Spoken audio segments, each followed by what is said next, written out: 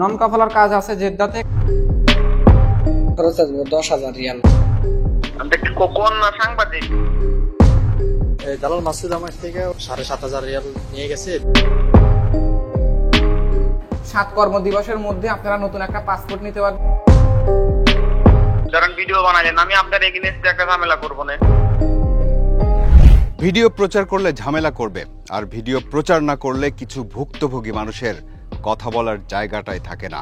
কি করব আমরা? চলুন আগে ঘটনাটা জেনে আসি।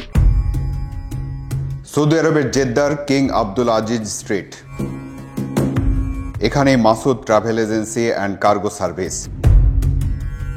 চলুন এই প্রতিষ্ঠানের দেয়া সেবা সম্পর্কে প্রাথমিক ধারণা নেওয়া যাক।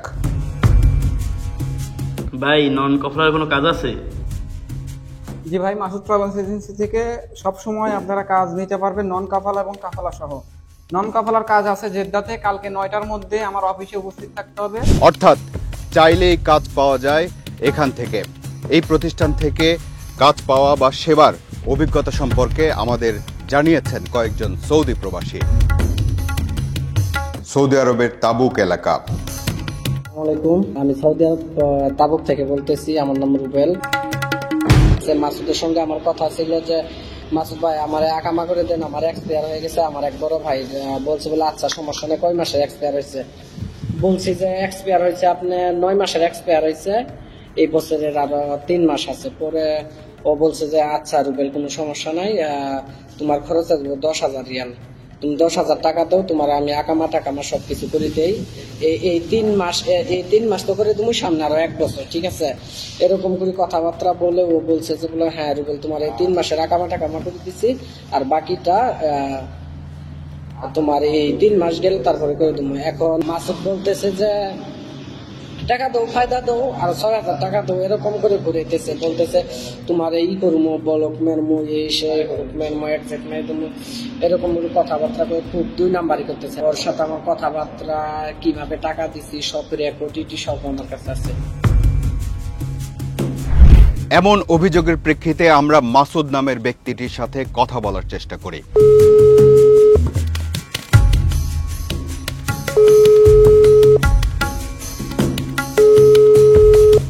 না, সৌদি আরবের যে ফোন নাম্বারটা আমরা পেয়েছিলাম সেটাতে তাকে পাওয়া গেল না, কিন্তু তার ফেসবুক পেজে পাসপোর্টের বয়স হেরফের করা সংক্রান্ত একটা সেবার কথা জানা গেল। 21 বছর হয় নাই, 6 মাস বাকি আছে বা 1 বছর বাকি আছে। তারা কিভাবে 21 বছর দিয়ে পাসপোর্ট বানিয়ে সৌদি আরবে যাবেন, আজকের এই ভিডিওতে সেটা নিয়ে আলোচনা করব। এটা তো নিঃসন্দেহে খুব ভালো একটা সার্ভিস। কাজটা তারা কিভাবে করেন সে সম্পর্কে মাসুদ ভাইকেই জিজ্ঞেস করতে চাই। চলুন তার আগে সৌদি আরবেরই জেদ্দায় যাই। সেখান থেকে জাকির নামের এক ব্যক্তি কিছু কথা বলতে চান আমাদের কাছে। আসসালামু আলাইকুম, আমার নাম মোহাম্মদ জাকির, আমি সৌদি আরব জেদ্দা থেকে। জালাল মাসুদ আমার থেকে ওটা হরুপ কাটার কথা বললা 7,500 রিয়াল নিয়ে গেছে 2022 সালে সেপ্টেম্বর মাসের 6 তারিখ। টাকা নেওয়ার পরে অনেক কথা হয়েছে, কিন্তু তাই কথা কাজে মিল রাখে না। পরে সে 2023 সালের এপ্রিল মাসের 30 তারিখ তার সাথে সে কন্ট্রাক্ট হয় হোয়াটসঅ্যাপে। তারপর সে মনে করে হোয়াটসঅ্যাপ টাইমার দিয়ে রাখছে, এবং কি ফেসবুক নম্বরে ফোন দিলে ফোন ধরে না। মাসুদ ভাইয়ের কাছ থেকে আরো কিছু কথা শুনতে চাই আমরা। যাদের বয়স 7 মাস 6 মাস কম আছে 21 বছর হইতে, বা 1 বছর কম আছে 21 বছর হইতে, তারা 25,000 টাকা দিয়ে আমাদের মাধ্যমে 7 কর্মদিবসের মধ্যে আপনারা নতুন একটা পাসপোর্ট নিতে পারবেন, যে পাসপোর্টের বয়সটা 21 বছর থাকবে। 7 কর্মদিবসের মধ্যে পাসপোর্ট সমস্যার সমাধান। সার্ভিস দিতে হলে তো এমনটাই দেওয়া উচিত। চলুন আমরা মাসুদ ভাইয়ের সাথে কথা বলার জন্য আরেকবার চেষ্টা করি। আসসালামু আলাইকুম, এটা কি মাসুদ ভাইয়ের নাম্বার? জি ভাই। মাসুদ ভাই কই? আরে আমিই তো মাসুদ ভাই। যাক, এবার মাসুদ ভাইকে পাওয়া গেল। তাহলে কি আপনি? সাংবাদিক সাইফুল রাজীব ভাই, আমার কথা বললেন। কোন সাংবাদিক লাইনে কাজ করেন? প্রবাস কথা না? হ্যাঁ হ্যাঁ হ্যাঁ। নাকি প্রবাসের স্বাদ খাওয়ান? প্রবাসের স্বাদ খাওয়া। মাসুদ ভাইয়ের সেন্স অফ হিউমার খুবই স্ট্রং। উনি নিজেও অবশ্য একজন সাংবাদিক। আমরা তো সাংবাদিক ভাই, আমরা তো সাংবাদিক। এগুলো মিথ্যা বানোয়াট ভাই, এগুলো হচ্ছে মিথ্যা বানোয়াট। আর ফার্স্ট অফ অল হচ্ছে আমার ট্রাভেলস এজেন্সির ব্যবসা, তো একটু 19-20 থাকবে। যেমন আমাদের অফিসের রুলস এন্ড রেগুলেশন মেনে যদি কেউ কাজ করে তো ঠিক আছে, ওয়েলকাম। যদি একটু 19-20 হয় তো সেটা তাদের ব্যর্থতা, ঠিক আছে। যাতে আমার অফিস আছে মিরপুর হায়লা দিলে, বাংলাদেশে আমার গুলশানে একে অফিস, পাবনা জেলায় আমার নিজ জেলায় অফিস, ঠিক আছে। এখন আপনারা যদি মনে করেন যে মিথ্যা বানোয়াট কোনো নিউজ করবেন, করেন। মাসুদ ভাই নিজেও একজন সাংবাদিক এবং বলেছেন যে তার ব্যবসায় একটু 19-20 হয়। চলুন আমরা সৌদি আরবের আল কাসিম এলাকায় এক ভাইয়ের কথা শুনে আসি। আমি মোহাম্মদ রাব্বি হাসান, আমি আল কাসিমে আছি। আমি আসলে 2024 সালে আমি আসলে ওকে টাকা দিছি, আমার সাথে কথা হয়েছে বাইক কেনার বিষয়ে।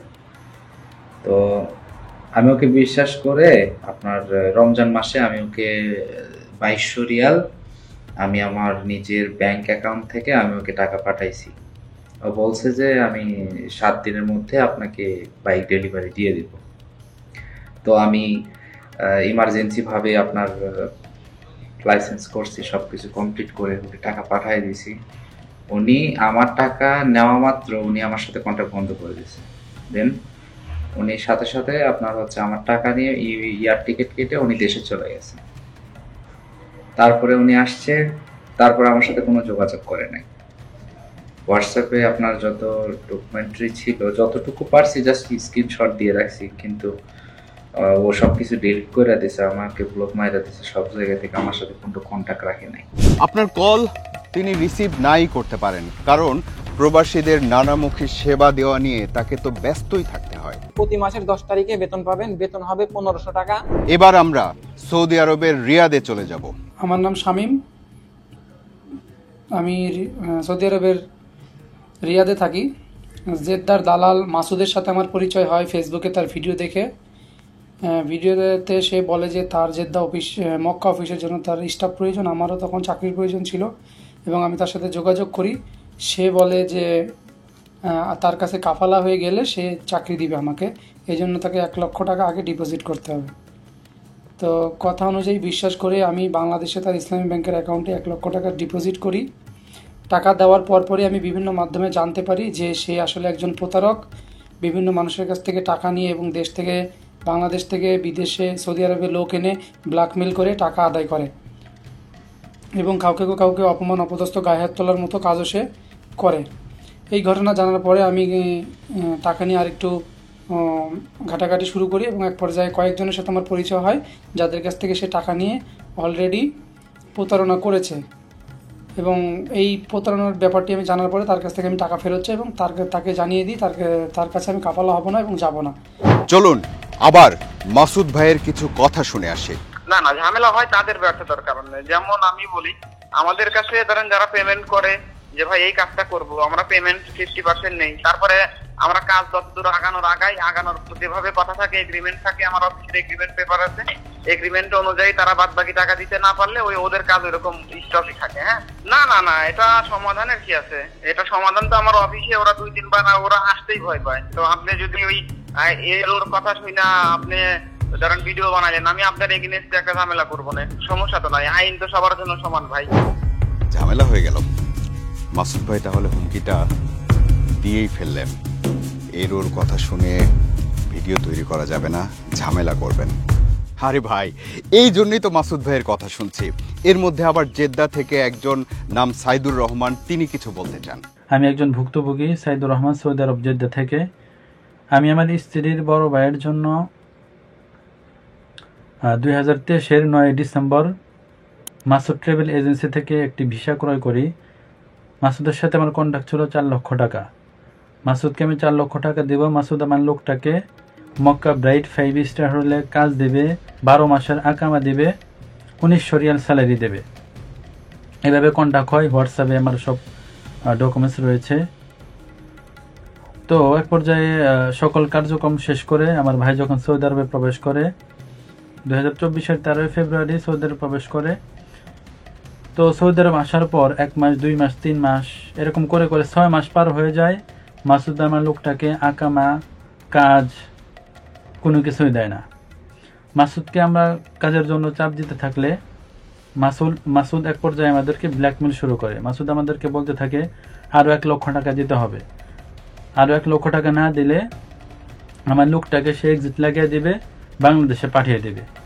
তারপর আমরা অপারগ হয়ে বাধ্য হয়ে আরও 1 লক্ষ টাকা মাসুদকে দেই। মোট 5 লক্ষ টাকা মাসুদকে দেওয়া হয়। দেওয়ার পরেও মাসুদ আমার লোকটাকে কাজ আকামা কোনো কিছুই দেয় না। তারপরে আমরা বাধ্য হয়ে নিজেরাই বৈধ সৌদি আরবের আরও 1 লক্ষ টাকা খরচ করে সৌদি আরবের বৈধ কাগজপত্র করি। মোট 6 লক্ষ টাকা আমাদের নষ্ট হয়েছে মাসুদের কারণে। তো পরবর্তীতে মাসুদ সম্পর্কে আমরা খোঁজ খবর নেই, শুনলাম মাসুদ সত্যি একজন প্রতারক। ও শুধু আমি না, আমার মতো শত শত অনেক প্রবাসী ভাইদের সাথে প্রতারণা করেছে। তো সরকারের কাছে বিনীত আবেদন,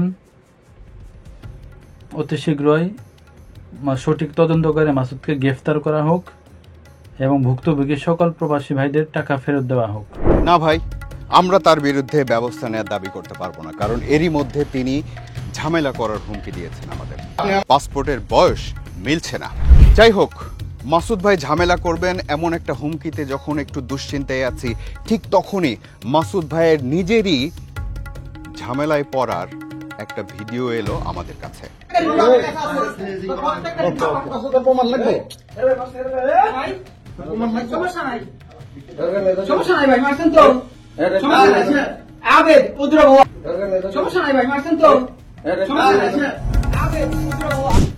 চলুন আমরা শেষবারের মতো সৌদি আরবের রিয়াদে শামীম রেজার কাছে ফিরে যাই। তিনি গ্রামে সালিশ বসিয়ে মাসুদ ভাইয়ের কাছ থেকে কিছু টাকা উদ্ধার করতে পেরেছেন। কিন্তু আসসালামু আলাইকুম। আপনার হয়তো মনে আছে আমার কথা, আমি বেশ কিছুদিন আগে যোগাযোগ করেছিলাম যে আমার টাকাটা একজনকে টাকা দিয়েছিলাম সৌদি আরবে কাগজ করার জন্য, টাকাটা সে মেরে দিচ্ছে। পরবর্তীতে তারই এলাকার আরেকজনকে দায়িত্ব দেই, সে এক সময়কার কলিগ ছিল ঢাকাতে আমার, সে টাকাটা উঠায় কিন্তু আমাকে টাকাটার ফেরত দেয় না, উঠায় আমাকে শুধুমাত্র 20,000 টাকা বিকাশে ফেরত দিছে। মানে আমি খুবই হতাশ, কি একটা অবস্থা দুনিয়ার। রক্ষক ভক্ষকের ভূমিকায় চলে গেছে। হ্যাঁ, ঠিক বলেছেন, রক্ষক ভক্ষকের ভূমিকায় চলে গেছে, কারণ ভক্ষকের ক্ষুধা অনেক বেড়ে গেছে, তাই তাকে এখন অনেক বেশি ভক্ষণ করতে হয়। আজ চলে যাচ্ছে, ভালো লাগলে ভালোবাসুন, ফেসবুকে আমাদের পেজটি ফলো করুন আর ইউটিউবে সাবস্ক্রাইব করুন। দেখা হবে আনন্দ বেদনার পথে, হাসি কান্নার মোড়ে। ভালো থাকুন।